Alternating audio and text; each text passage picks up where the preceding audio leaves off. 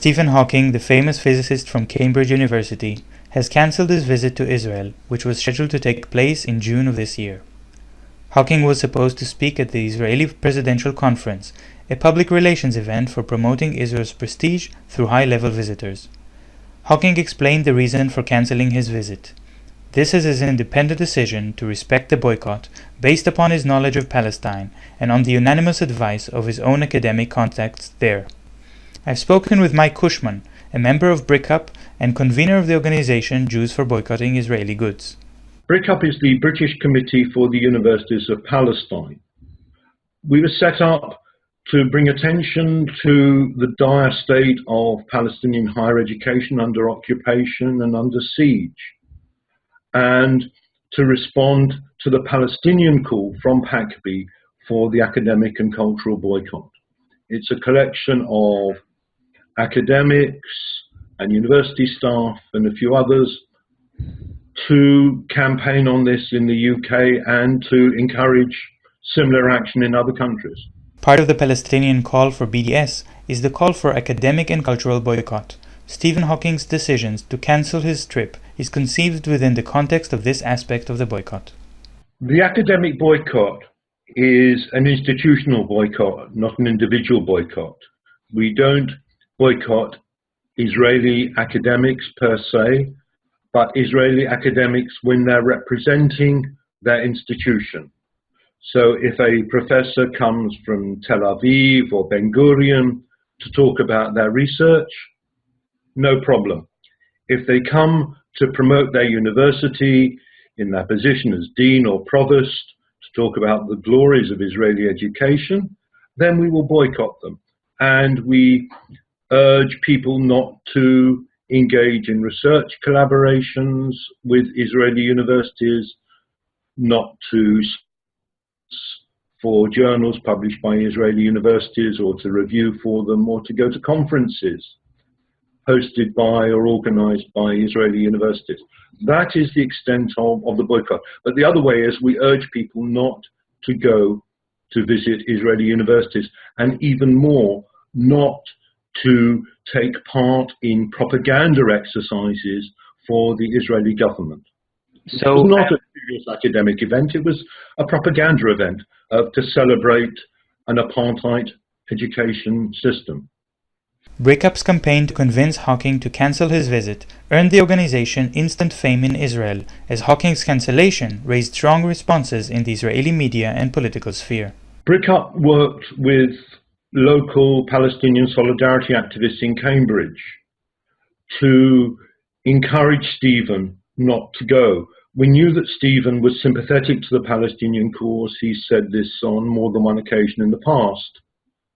And we expected that if he was approached politely and with courtesy, he not want to take up the invitation. What he asked us to do was to put him in touch with Palestinian academics who would talk for themselves rather than for us as intermediaries. A number of distinguished Palestinian academics contacted Stephen, and in response he said to the Israeli authorities he was not going to travel. The Israeli Presidential Conference invites celebrities such as Barbara Streisand to show support for Israel and help Israel associate itself with art, science and culture rather than with occupation, apartheid and violence. I just wish they all showed the moral integrity of Stephen Hawking. By going, they're propping up a discriminatory and repressive regime. And it's incumbent on all of us to bring attention to the daily crimes being committed by the Israeli state, which university staff and university as organizations are complicit in. The pro-Israeli response to Hawking's cancellation came quickly. Cambridge University accused BRICUP of lying, claiming that the cancellation was due to health reasons. They later amended their statement and acknowledged that Hawkins cancelled his visit for political reasons. Yesterday was really a strange day. I was besieged by emails and tweets calling BRICUP liars. And we were liars for telling the truth. It was Cambridge University that flip-flopped, that lied and then de-lied during the day.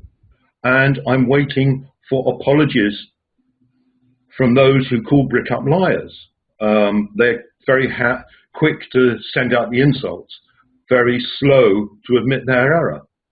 Responses by Israeli organizations to Hawking's cancellation demonstrate the tactics adopted by the Israeli propaganda, or hasbara as it is known in Israel.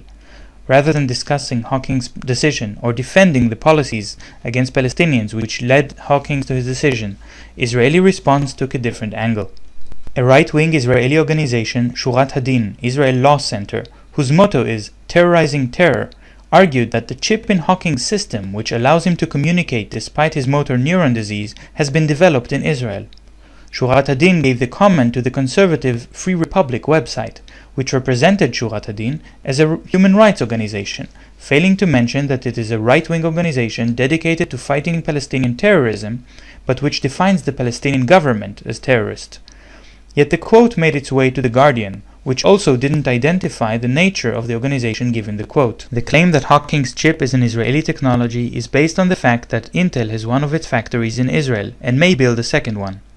The Israeli government has funneled hundreds of millions of dollars in grants to Intel to encourage the company to stay in Israel and to expand its production there. As the story of Hawking's cancellation shows, the reason is not just to create jobs for Israeli workers, but also to be able to associate Israel with the type of technology produced in Intel, as if Intel was an Israeli company, and as if technology can make up for discrimination, colonization, and occupation. But the choice to refer to Hawking's health problems in reference to his decision to respect the academic boycott and to cancel his trip to Israel is a rhetorical choice. Israeli organizations such as Shurat Hadin call Hawking's decision hypocritical, but the message is one of a threat. If Hawking wants to use technology, he better not boycott Israel.